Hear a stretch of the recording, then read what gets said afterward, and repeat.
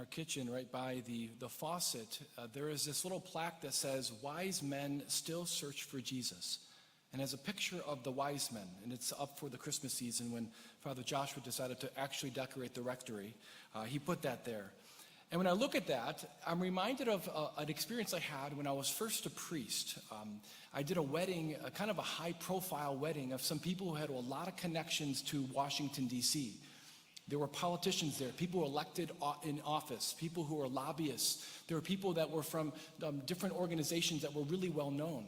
And after doing this wedding in a different state, this man comes up to me who happened to be a journalist at a major Washington paper. Maybe some of you would even know who he is. And he said to me, "Father, that was one of the most beautiful things that I've ever seen." He was talking about his experience of the wedding. He's like, "I've never experienced anything so beautiful." And it was almost as if he had tears in his eyes. He was really moved by what happened. And I asked him the question. I said, "Do you believe in God?" And he looks at me and says, "No, but I'm an agnostic." And I said, "What do you mean by that term? I mean, do you mean that you're looking for God and you have not yet found him? Because if that's true, I have a lot of respect for people who are sincerely looking for God but haven't found him. Or are you using that term agnostic as an excuse so that you can live the way that you want to live? Which is it?" I was pretty sassy back then, and some of you guys know I'm still kind of sassy now. But it was a really dramatic moment. I kind of said it with a smile on my face. And he looked at me with total seriousness, and he says, "I'm sincerely searching." And I remember telling him, "I'm so glad to hear that. Keep searching for God, because if you keep searching for him, you will find him." And this is very relevant, because the moral difference between those who do not know God and who are sincerely searching and those who are not searching at all is huge. There's a huge moral difference between the two.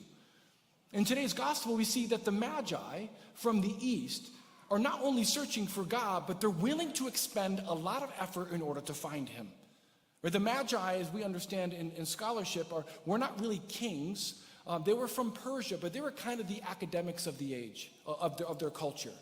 They were the ones who were astrologers and astronomy, and they were the kind of the scientists, and they studied the stars, and God met them where they were at and gave them a sign in the heavens. He gave them a star, and they were willing to travel hundreds of miles in order to follow where that wisdom led them, where that sign led them, and they came to Jesus and they gave him homage.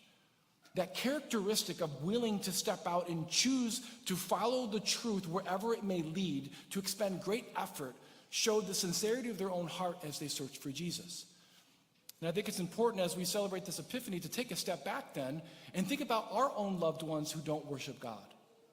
Our family members, our friends who no longer worship God, or maybe people who don't even know God is real. They don't believe in Jesus. They don't worship with us.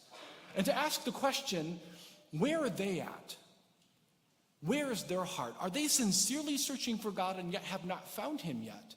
Are they asking tough questions? Are they searching for the truth? Or perhaps are they so kind of wrapped themselves up in pursuit of the things of the world in which the pursuit of God really isn't an interest to them? It's important as we consider this because we all know that there are multiple reasons why people don't believe in God or why people don't believe in Jesus. There are multiple reasons. And I was thinking about doing a 3-part preaching series on the 3 reasons why people are atheists or why people don't believe. You know, there's multiple reasons, but there are 3 primary reasons. One, there are intellectual reasons, then there's psychological reasons, and then there are moral reasons. So intellectual reasons, very clearly, is that there's a lot of confusion out there about who God is and who he's not, about what it means to believe in God and what it doesn't mean to believe in God. And a lot of the things that come up against Christianity or against God himself is just simple, sophisticated deception. It's just all deception. People have no idea how strong the case is for Christianity from an intellectual perspective. They have no idea how strong the case is for believing in God. And so a lot of times people kind of fall into perhaps the lies of the new atheists, which was kind of like an intellectual fad back in the early 2000s, whose arguments were rather shallow if you read them kind of closely. They'll fall into that and they'll believe they have all this strong case against God. But the reality is that atheism itself is a form of superstition.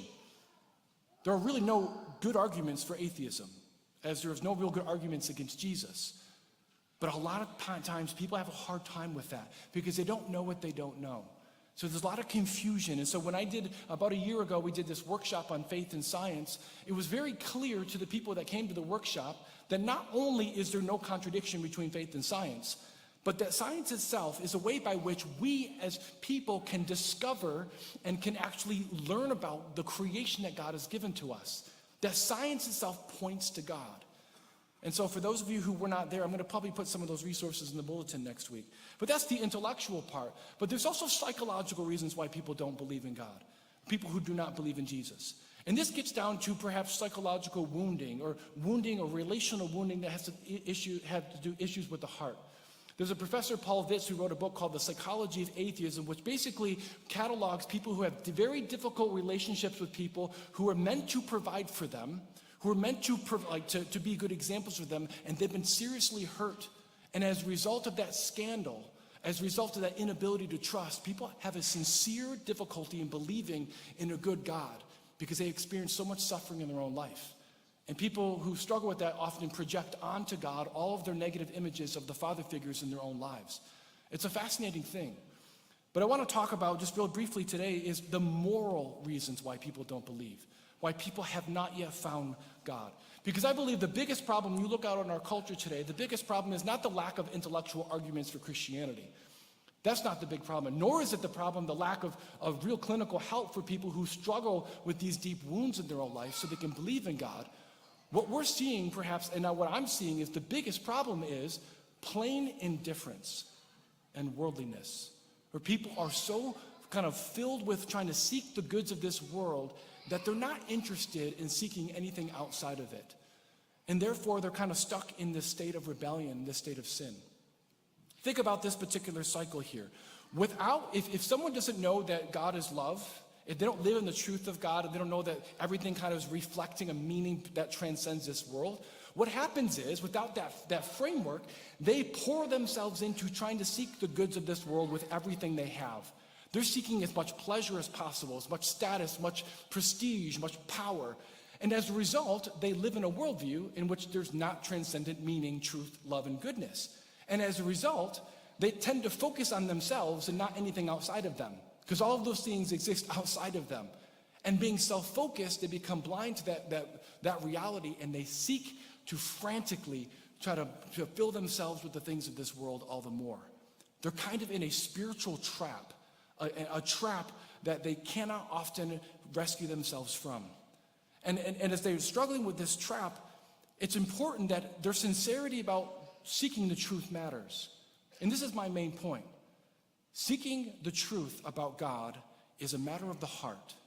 In other words, searching for God is always about openness to truth and being willing to submit yourself to the truth when you find it. And that is a very difficult thing for a lot of people. Because for people who are in this trap, who perhaps aren't open to searching for God, they have to first acknowledge that they themselves are not God. Which is difficult when someone is very self-centered. They're the ones making decisions about reality. They're the ones saying what is right and wrong. So they have to acknowledge that I'm not God. That means I'm not the center of the universe. That my life really even is not about me. And that's a very difficult thing. And if that's true, I need to let go of control. And if I have to let go of control, that means I have to actually face my fears rather than try to medicate them through the different pleasures that I'm seeking in this life. This can be very daunting for someone who doesn't believe in God. In fact, this can be very scary because they have to go to a place that they're not ready for. It's a high bar.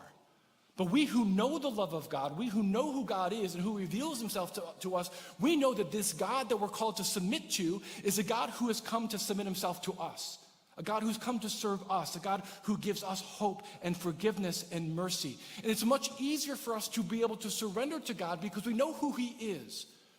My brothers and sisters, what God reveals to us in Christianity is a game changer about whether or not we can submit ourselves to the one who made us. But people who don't believe, they don't know that, and they don't believe that.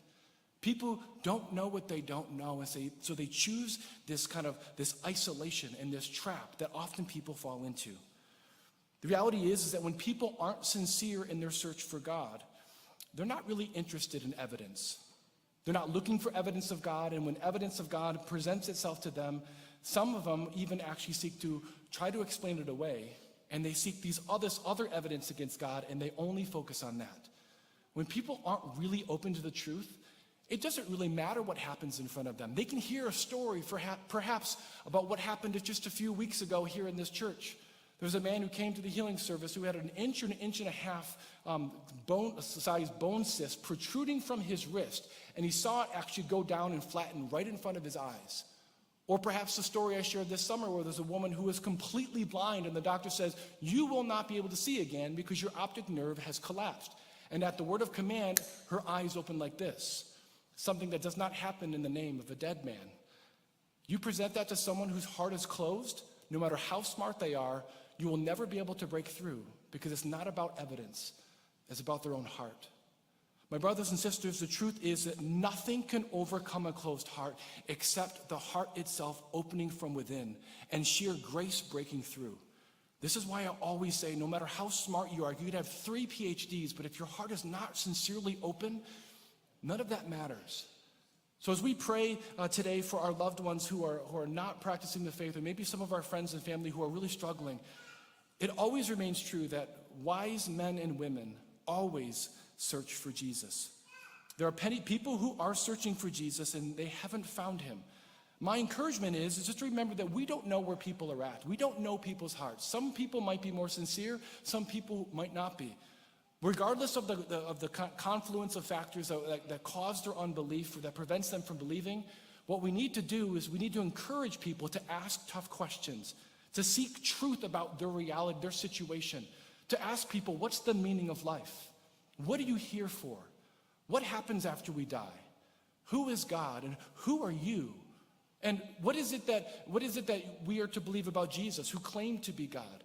To ask them to start asking the big questions so they can actually search for the truth. One of the things we need to remember too is that we should never judge people who are going through a difficult time, such as searching for God. It can be very dark for people. It can be a very dark and lonely place when people around them believe, and for whatever reason they have a hard time believing. We should never judge, because in the end, our faith is not the result of some sort of rational process. It is a gift from God who reveals himself in an epiphany to us. He gives us faith. We should never look down on someone who does not have certainty about the things that we have certainty about. If they can't see what we can't see, we need to hit our knees and pray for them that God might reveal his love to them.